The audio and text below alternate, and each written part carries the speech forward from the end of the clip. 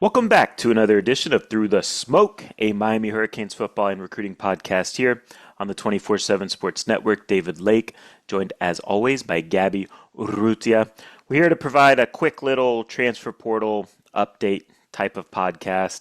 Yes, Miami is, a week away as we're recording this on Monday night from playing for the national championship, and we'll certainly devote that its own podcast for that event here later this week, and we're excited to cover that as Miami shoots for number 6 national championship that the program has won.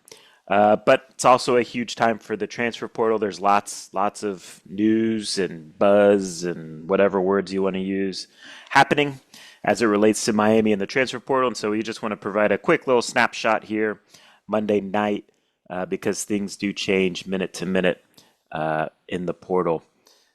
So before we dive into things, of course, want to highlight two of our key sponsors, Canes Connection. They, of course, help Miami. They assist Miami in the NIL space in a massive way, help get stuff done, help wrap up these transfer portal commitments that we're going to talk about on this podcast, and help Miami.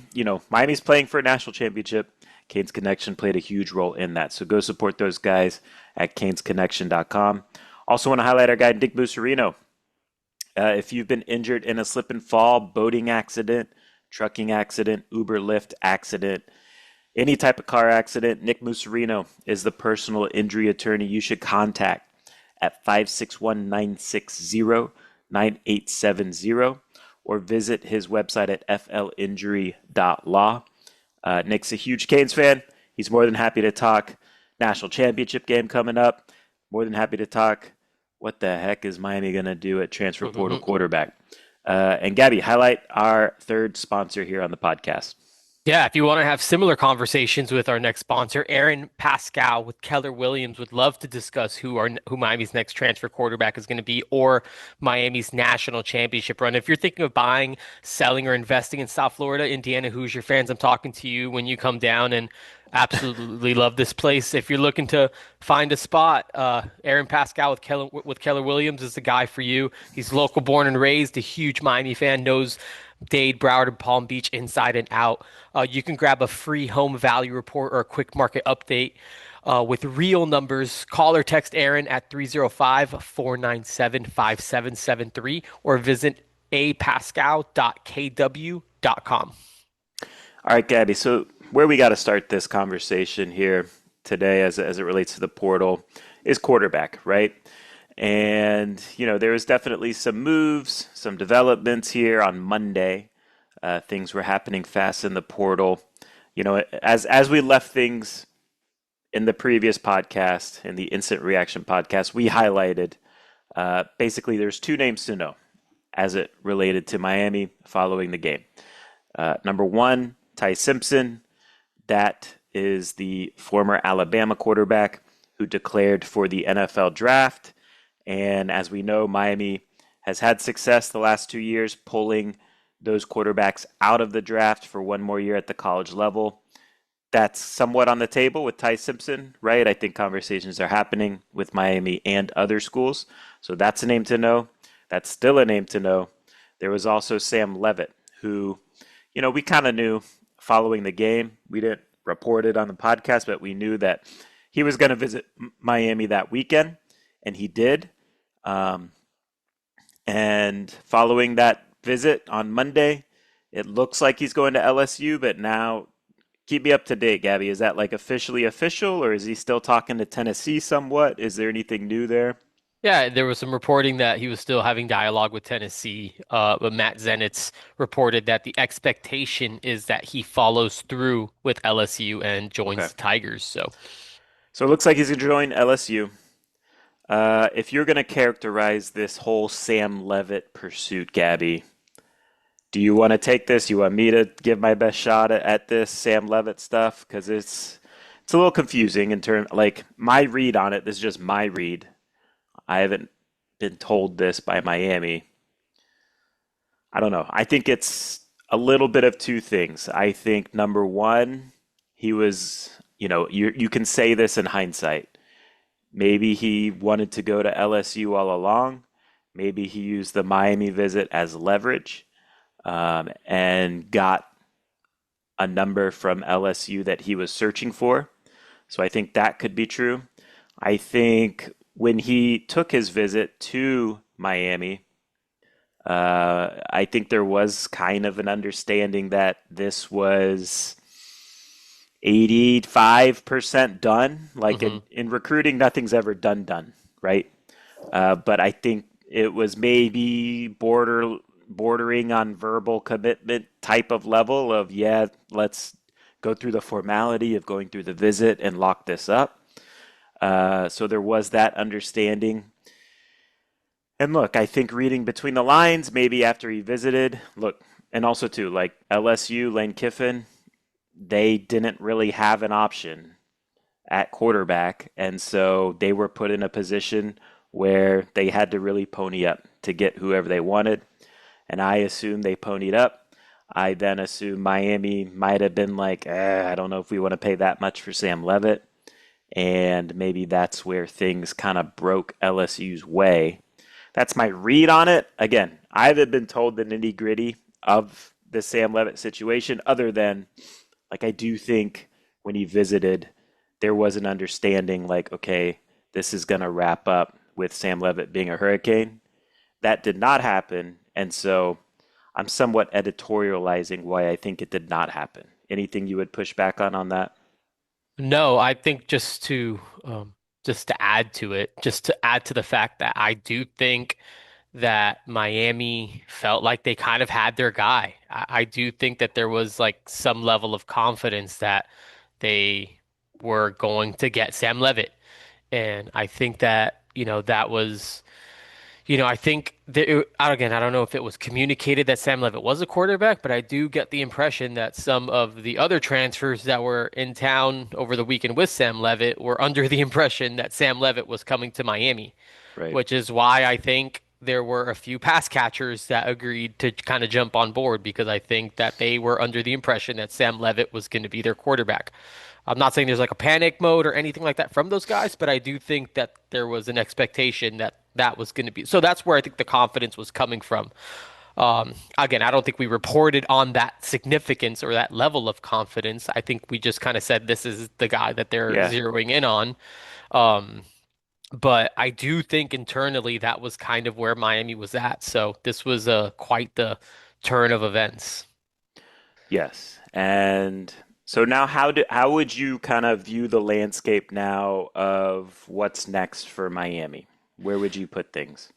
I think Ty Simpson, right? That's always the other name that we had in this conversation with as far as just as transfer quarterbacks go. And again, Ty Simpson isn't technically a transfer, but he is I guess, available quarterback-ish. I don't know the nuances or the formalities as far as just what happens once you declare for the NFL draft, if like what the communication levels could be like, but I think that there's a significant level of interest in pulling Ty Simpson out of the NFL draft and potentially getting him to Miami. And, I think that that would be the prize. I think that would be best case scenario for Miami. I mean, he's I think very highly thought of. He's a big arm. I mean, he's got a big arm, and there were some ups and downs. He has a very low start count at college. He's an older guy, but he only has 15 career starts. And I think the idea of like, hey, come back, get play with some protection and get some more starts under your belt. You're a first round talent right now. You'll be a first round talent next year, even though it is a deeper quarterback class. But I think it's just about refining and developing him and making him a better player and more prepared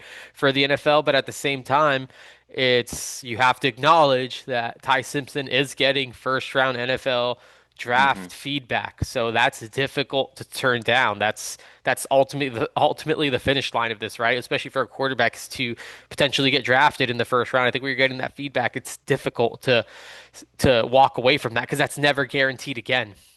And so I think that that's a unique hill, a unique mountain that Miami would need to climb as far as getting Ty Simpson out of the NFL draft, similarly to how they got Kale Moore and Carson Beck out of the draft. So I think that's probably the top option on the board, David. I don't know if you have anything Yeah. else to share there, but I think behind Simpson, I think it's more of just our thoughts, right? Opinions on what could potentially make sense.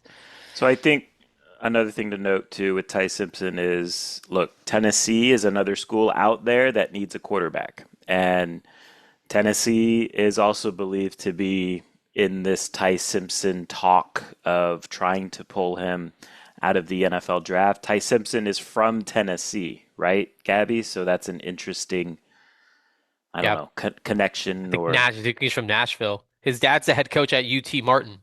right. So his dad is a football coach at UT Martin. And look,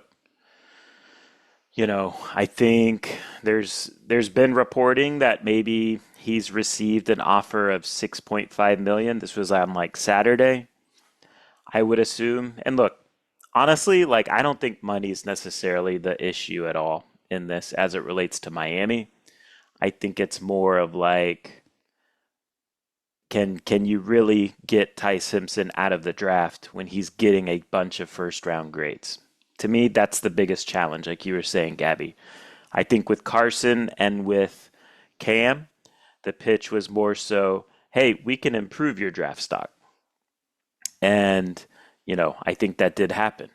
With Ty Simpson, I think the pitch is, look, the NFL is not a developmental place. It's not a developmental league. Once you're in the NFL, and if you're a first round pick, you're probably going to play right away, and it's go time then. There's no more time for development. So we will pay you what, and a first round pick makes on at some level. I don't like the slotting is the slotting, but we'll pay you like a first round pick to come back and get those valuable developmental college snaps that do matter. When you look at the data, the guys that start a lot in college typically have better careers in the NFL. So that's kind of the pitch to me to Ty Simpson. Now, people care about the money a lot. I get it. It's salacious. It matters. If Ty Simpson, wherever he goes, whether it's Miami or Tennessee, if he stays in college one more year, he's going to be the highest paid quarterback in the country. I would assume maybe that number's at least is a seven. I don't know. That's just me guessing. And so it's not going to be a cheap thing. I think he would be worth it. And at this point, like we're going to get into some names here, Gabby, that maybe you think would make sense if Miami missed Ty Simpson. But man, to me, if they miss Ty Simpson, which look is a real possibility because he could be a first round pick, if they miss Ty Simpson, you're definitely in the territory of like unsure quarterback talk. Like maybe it works, but also, it's not a proven commodity like Miami's been dealing with here with Cam Ward and Carson Beck. So, Gabby, you've looked into some names out that are out there because a lot of these quarterbacks have found homes here in this winter portal cycle. Uh, Take us through some names or a name that you think makes sense. Yeah, I mean, for me, just looking through what's available, right? And there's not a ton. I think just quickly combing through the available names you got, like, so Dylan Raiola, the former Nebraska quarterback. I don't think he's formally signed with Oregon. He verbally committed to them. Um, that doesn't really matter in this transfer portal stuff, as if you don't sign, there's not Yeah, really anything that's tying you to a school, similar to high school recruiting. So he's an interesting name. DJ Lagway is an interesting name as far as just like, a guy that could potentially come in and compete with the room. He's verbally committed to Baylor, but he also just visited Ole Miss, so he could be someone that could be in that conversation. You have like a Bo Pribula out there who was a quarterback at Missouri this past season, a former Penn State transfer. To me, David, the guy that I would go get in this situation if I'm Miami and you miss on Ty Simpson, it's Huson Longstreet at USC. And there's not tell a us who lot. he is, his So background. yeah, he's a former five-star quarterback. He's out of California, Corona Centennial, was a true freshman at USC this year, sat behind Jaden Mayava, who's, going to be a third-year starter for the Trojans in 2026. And so he's just got such a live arm. We knew that coming out of high school, watched him throw at Battle Miami. He's got a big time arm. He's a thick, just strong cut up type of quarterback. Not the biggest guy, probably around the 6 foot range. He got a couple of looks as a true freshman in some of these blowout games against group of five opponents. So he played against Missouri State. He played against Georgia Southern. He played a little bit. He had a a play against Illinois. And David, I don't know. You like my take on Husan Longstreet is I think that you can get in on this kid a year before he blows up. I think that this kid has a chance to actually be a really good football player. Right now, there's obviously a lot of risk. But if I miss on Ty Simpson, I'm going on a high potential guy who I know can throw the football. And he was someone that was hand selected by Lincoln Riley. He was originally committed to Texas A&M. Lincoln Riley flipped him at the finish line, had him in his program. LSU hosted him on a visit. Like Lane Kiffin was thoroughly exploring this option, and he's a quarterback guy.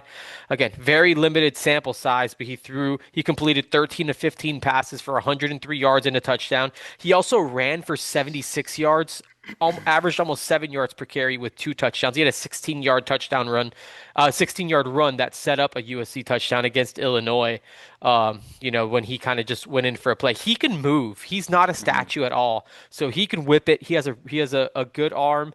And he's mobile. He's tough, man. He's a hard runner, and he showed that in those limited opportunities. Look, this is a kid I would just roll the dice on. I really think that there's something there. I think that this kid has some seriously, seriously special potential.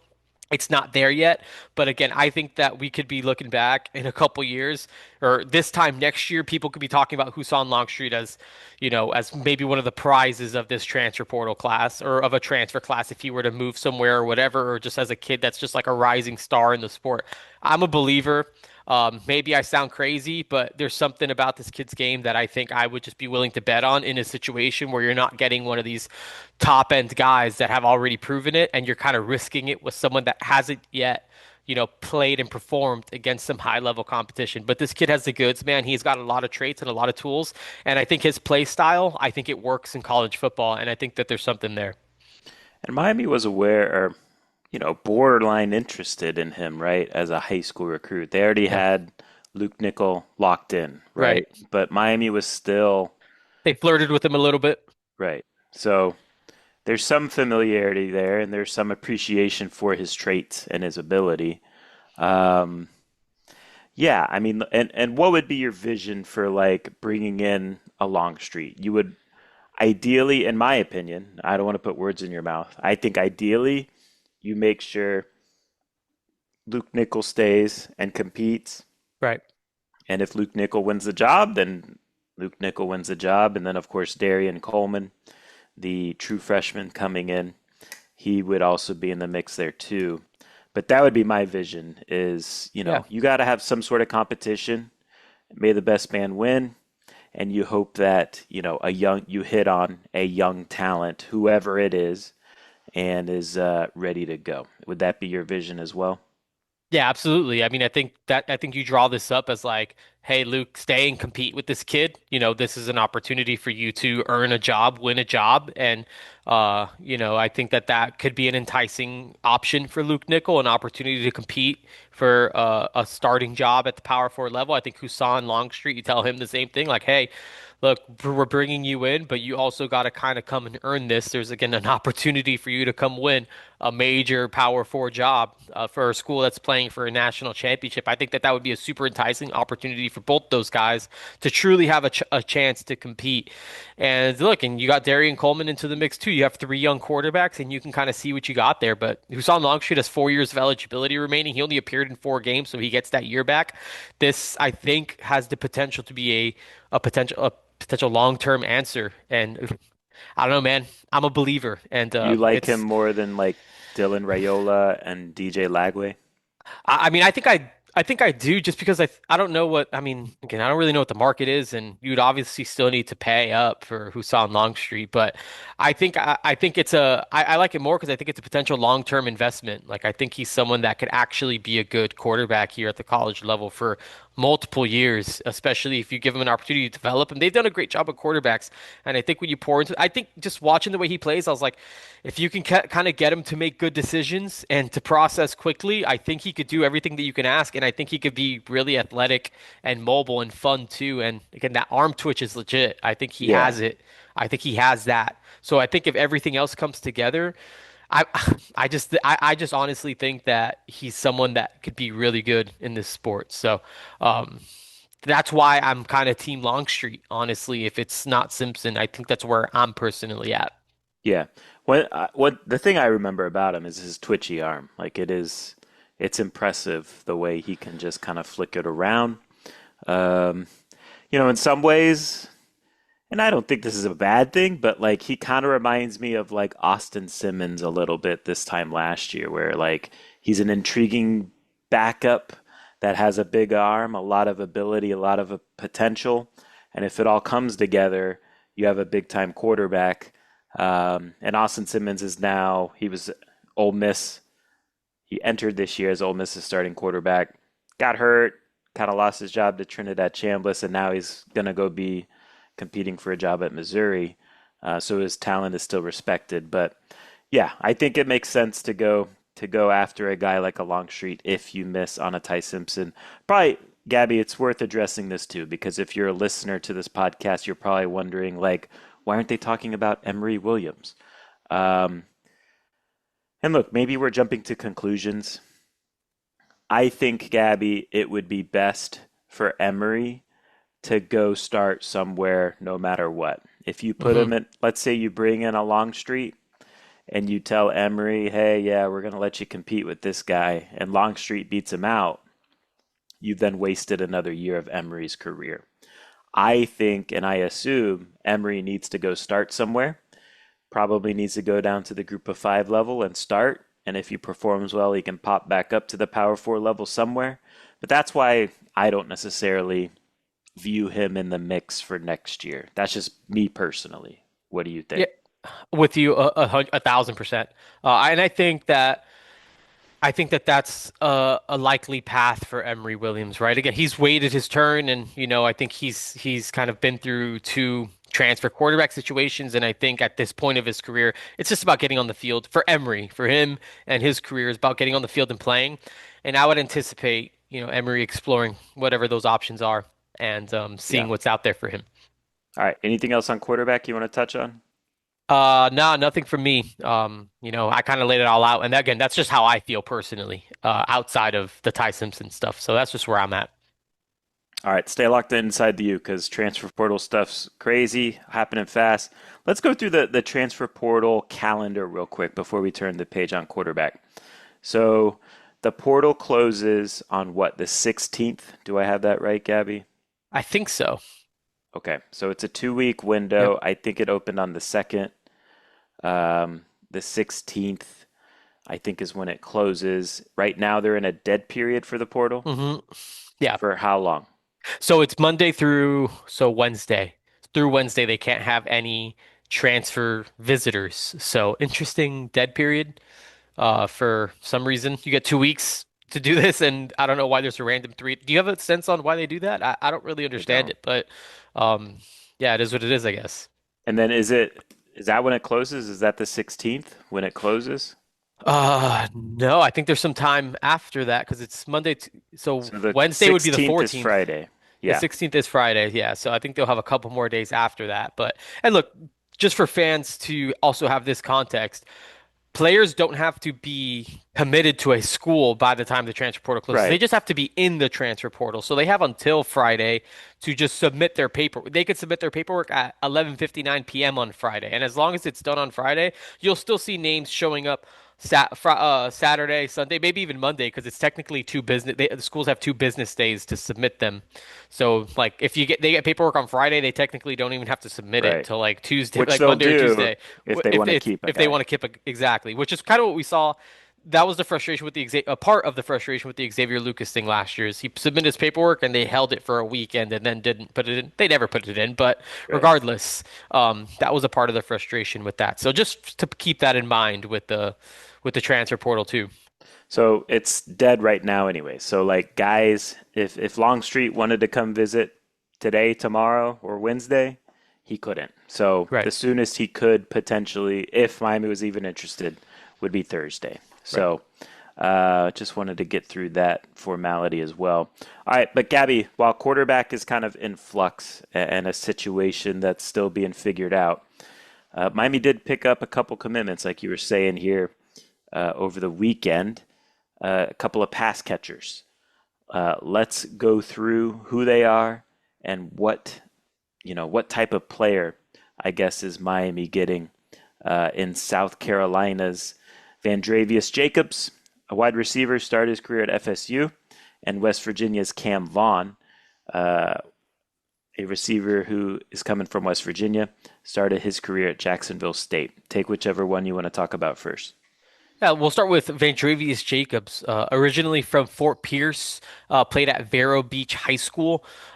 He's a big play outside receiver, caught 39 passes for 548 yards with 4 touchdowns for the Gamecocks in 2025, averaged 17.1 yards per catch. All four of his touchdowns, David, came on explosive passing plays. So he had a Hmm. 74-yard touchdown against Clemson. He had a 50-yard touchdown against Texas A&M, and then he had scores of 49 and 35 yards. So he is a kind of And they home were run all hitter. deep shots. They Yeah, all weren't deep like shots, catch and exactly. run. Catch and runs, right? Yeah. He's going up over the top Yep. and beating man coverage and winning those go route balls, which Miami didn't really have this year, right? We finally got Correct. something. We got that from Keelan Marion on what Yeah. these games are on He random was wide days on open. Thursday. Yeah, he was wide open running Yeah. downfield, but Miami hasn't really had a lot of that vertical deep passing game. Vandrevius Jacobs is kind of in the Keelan Marion mold body type wise, but he has more of that vertical downfield ability, which I think Hmm. gives Miami a unique presence on the outside. Cam Vaughn is very much in the mold of kind of like the CJ Daniels. So kind of think of Vandrevius Jacobs as like the Keelan Marion filler, Hmm. and Cam Vaughn is the CJ Daniels filler. I think, similar size, 6'2", 185, 190 pounds, a bit of a thicker outside body that's more of a possession guy, but could still kind of win those contested catch opportunities. He had a big year at Jacksonville State in 2024. The game that team won the Conference USA. He was teammates with Zechariah Poyser, Miami's starting safety, and Miami's Nichols coach Terry Jefferson was also on that Jacksonville State staff. So a lot of familiarity. And look, just the feedback I got on him is that they feel like he has a lot of potential as far as just being an outside receiver. They kind of someone described him to me as like a more twitched up version of a CJ Daniels type. And CJ Daniels has been awesome for the room, has been a really steady receiver. They feel like he might have just a little bit more juice than CJ Daniels, and that's not a knock on CJ. I I think he think brings a little more like in the short game, he brings a little bit more of an ability to make the guy miss and go get 4 yards after the catch, if that makes yeah, sense. Whereas CJ, it's kind of he's not really that type of guy. He's more of like a downfield contested catch guy. yeah. And Cam can do contested catches as well. Yeah, so I think two good ads. Miami's really excited about this young receiver room. Malachi Tony's Yeah. obviously their star slot receiver. They're super excited about Josh Moore. They really love what they have in Dalen Upshaw. I mean, JoJo Trader's still kind of in the mix too, but they also lost a lot, right? You're losing CJ Daniels, you're losing Keelan Marion, you've already lost Chance Robinson and Nye Carr to the transfer portal. Um, One so guy uh, too who's already generating buzz is Milan Paris. yeah, A lot of Milan. excitement there. Yeah, so they signed a really good receiver. They signed four receivers.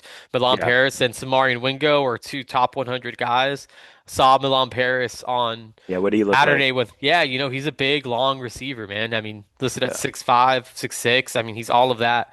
And I think he has plenty of room to add some mass too, right? Like he doesn't have to get too thick, but you can tell that he's going to be a bigger guy. If he's already generating some buzz, David, I mean, Yeah, he is. I think I dropped this when he committed, like kind of get some KJ Duff vibes. And if he can be something like that with more juice, I think that would be like a home run for Miami because when those big, long, athletic guys start adding weight and you kind of keep that athleticism, they're major problems to defend because defensive corners are not built to beat guys like that, and so those Right. guys could be extremely problematic, um, especially if they have some wiggle and some real speed to them, which Milan Paris does have. He's a verified 4.5 guy, so he has an impressive toolbox of traits, and once he starts adding mass, it's going to be interesting.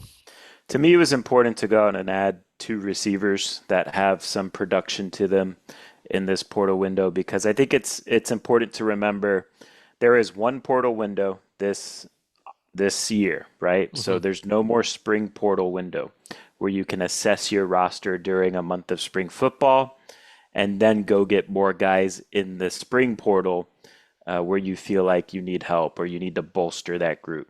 So to me, like I think it made sense to go get some guys that, aren't overly going to be intimidating for like returning players or incoming freshmen, but guys that have got it done at this level.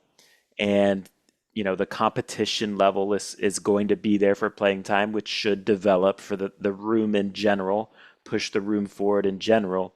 And look, Miami's shown this year, if you're that dude at wide receiver as a true freshman, we will play you. Malachi Tony has played a ton since game one of the season. So if you earn it, if you're a true freshman and you're good enough, Miami's going to play you. So look, I think it's important almost to like overdo it when you have one portal window, to overdo it almost in some ways and be like, yeah, we do like these young developing guys, but if it doesn't work out this year and it's more of a next year thing for these young players, it's good to have that veteran that you can count on that has the high floor factor. And so that's how I kind of view Yeah. those wide receiver additions to the room in general.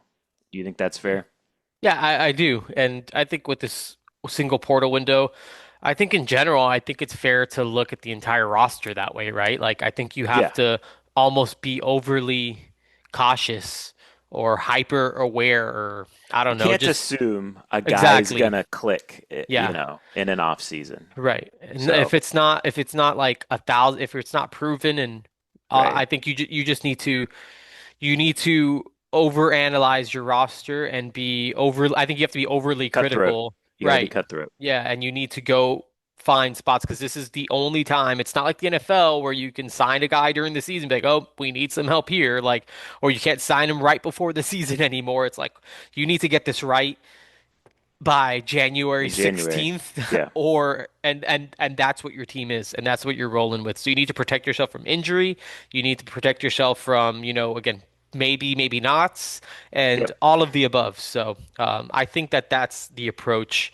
And Miami wants is going to go get quality guys, which I think Van Jacobs, I think Cam Vaughn, Omar Thornton, the safety. Yeah. Let's go into him. Talk Yeah, about Omar Thornton. they brought Omar Thornton in, a safety from Boston College.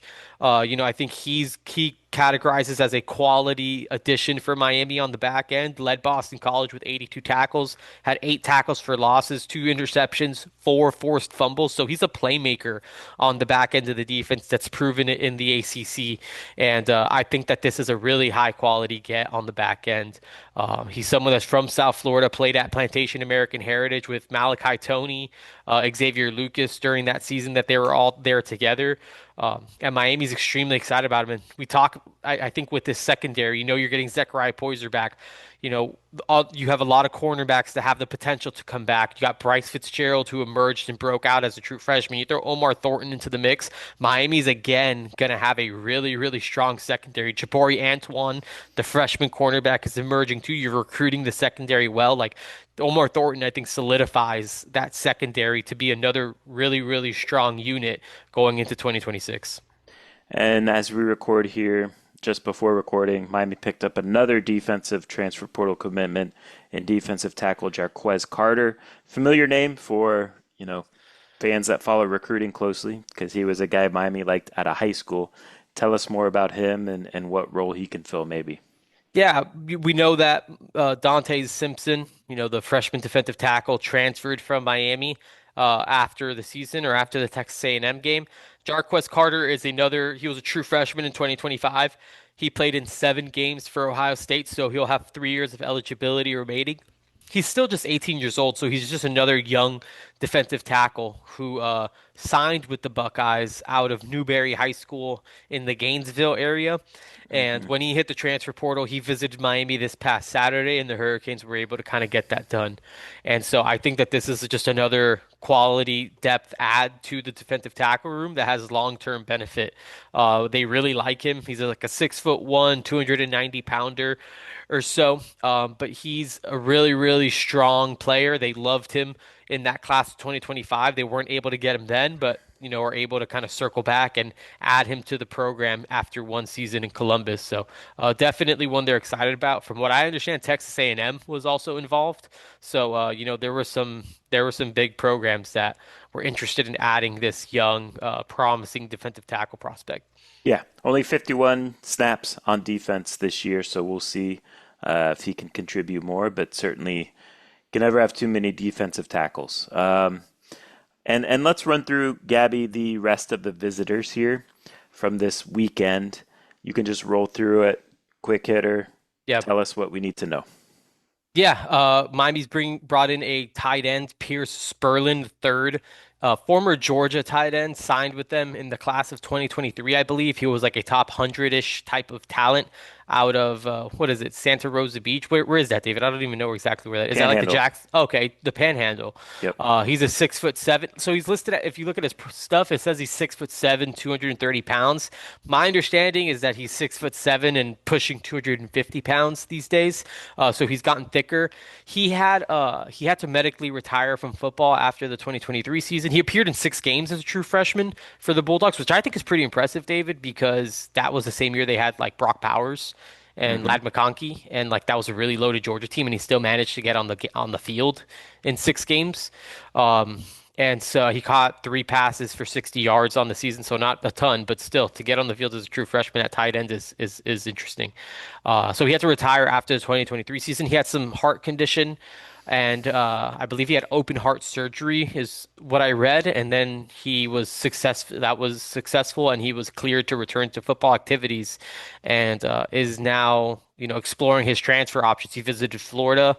He visited Miami. I really like where Miami stands for Pierce Spurlin. He's kind of exactly what they're looking for, a big body that has some experience, but still also has a lot of eligibility left in front of him. He's athletic. Again, he was a former top prospect, but had that medical situation that he's coming back from. So I think that this was a perfect. I think this is a perfect type of addition for Miami if they're able to eventually add him. But I think that there's a very good chance that that happens. A couple other guys that they had on campus, Josiah Thompson. He's an offensive. He was South Carolina's starting left tackle over the past 2 seasons. Started for South Carolina as a true freshman in 2024, and again returned in 2025. So, still a young player, as we know here at Miami. It takes time sometimes for these offensive linemen to develop. He kind of got thrown to the fire in the SEC, and I think there's still some development that needs to happen there, which Miami's the perfect place for that to happen. 6'7", 300 pounds, so massive type of body. He was like a fringe 5-star prospect for 24/7 Sports. I think he was like a number 37 overall player in that 2024 class. So I think he's another potential add that I think just again gives Miami an additional experienced tackle type of body that could potentially compete. We'll see if Markel Bell comes back or if he doesn't. I think I would probably anticipate him going to the NFL, whether he gets a waiver or if he just has played his way into that. I think that that's maybe the more likely path for Markel Bell. So Miami could have a left tackle opening that he could compete for. Again, compete for. Let's see if he's able to win that. But I think it's a potential good add to the roster just to continue to create competitive situations there. And so I think he's an interesting one. Caleb Herring is a edge out of Tennessee who visited over the weekend too. We'll see where things go there. I'm still kind of figuring out where Miami stands in that one. But I just eyeballing him, seeing him in person, he looks like an older type of player who has a, awesome looking frame at 6'5", 250 pounds. And we know Miami has some young edge rushers on the roster between Marquise Lightfoot. They love Third Scroggins. Hayden Lowe will be back for an injury following this season. You got some young pass rushers kind of coming back too. You got Armando Blunt who could play on the edge or on the inside. And I think a Caleb Herring type is someone that could potentially help the room, just solidify that room for Jason Taylor and just give him another, again, experienced presence on the outside. So, and then Miami also brought in a kicker, Jack Olson out of Northwestern. He was 19 of 21 in 2025, so he was over 90% on the season, which is pretty impressive because he's kicking at Northwestern. And for those of you that don't know where Northwestern play, they play like basically on Lake Michigan, which Hmm. is just insane. It's just like kind of crazy kicking conditions, I would imagine. Just the wind and all that stuff that you would deal with kicking in that type of like open environment. So to be 19 of 21 as a kicker at Northwestern, I think is interesting. I think that this is a likely kicking candidate for Miami. I don't know if that's a lock, but I think that this is a kicker that they've identified and that they really like. So I think Jack Olson is someone who's certainly on the table for the program. How about anyone you're monitoring, as things, potential visitors happening, what, Thursday, Friday, when Right. when things can go live again? Any names interest you or that you're monitoring? Yeah, I think one that's interesting is Francis Brew, the former Pittsburgh defensive tackle. When we reported last week while we were in Arizona, that he was visiting Miami, that visit was set for Thursday and Friday when everything kind of opens back up. So, still awaiting word if that visit is still on. He's not yet committed. I think he's visited Ohio State and I believe Notre Dame. I know he wanted to see Indiana. I don't know if he ever made it to Bloomington. So we'll see if Miami's ultimately able to get him to campus. But I think that that's one that's worth tracking. I think an interesting one too is Damon Wilson. The Missouri edge rusher, originally from Venice. Miami just signed Ashari Charles, who was a star kind of pass rusher from Venice.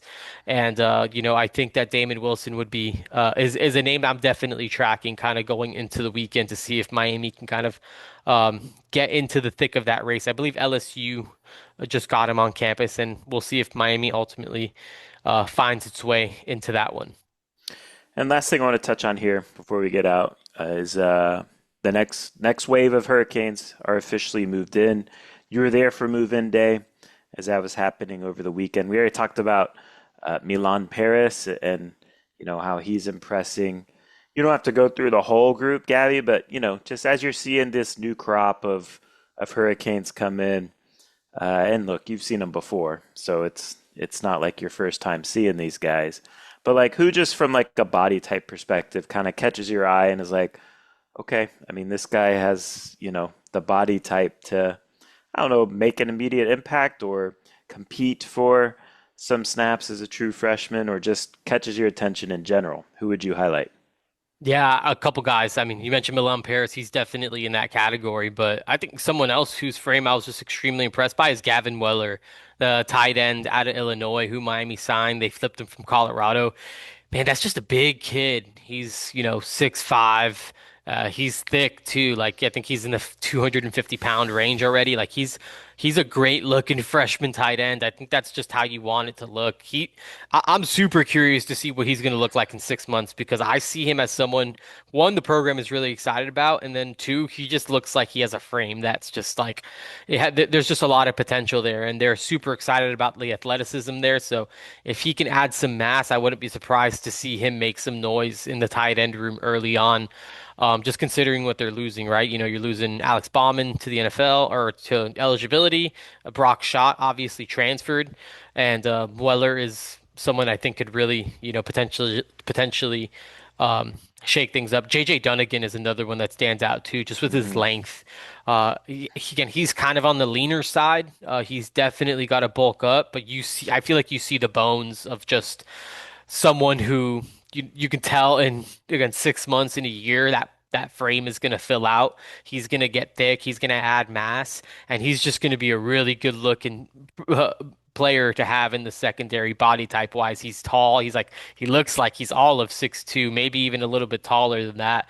And again, his body type it kind of reminds me of if Jacoby Thomas was like 20 pounds lighter. I think he would just look like JJ Dunnigan. Like, I feel like Hmm. JJ Dunnigan has a very similar body type to Jacoby Thomas, is maybe even a little bit longer and taller than a Jacoby Thomas types, but Jacoby's filled out and he's thick. Like, JJ Dunnigan's obviously not there yet. But when he physically matures, I'm going to be pretty excited about what he looks like. Another one that's kind of, I feel like every time I see him, I'm just like, wow, he's just getting bigger, is Camden Portis, Hmm. son of Clinton Portis.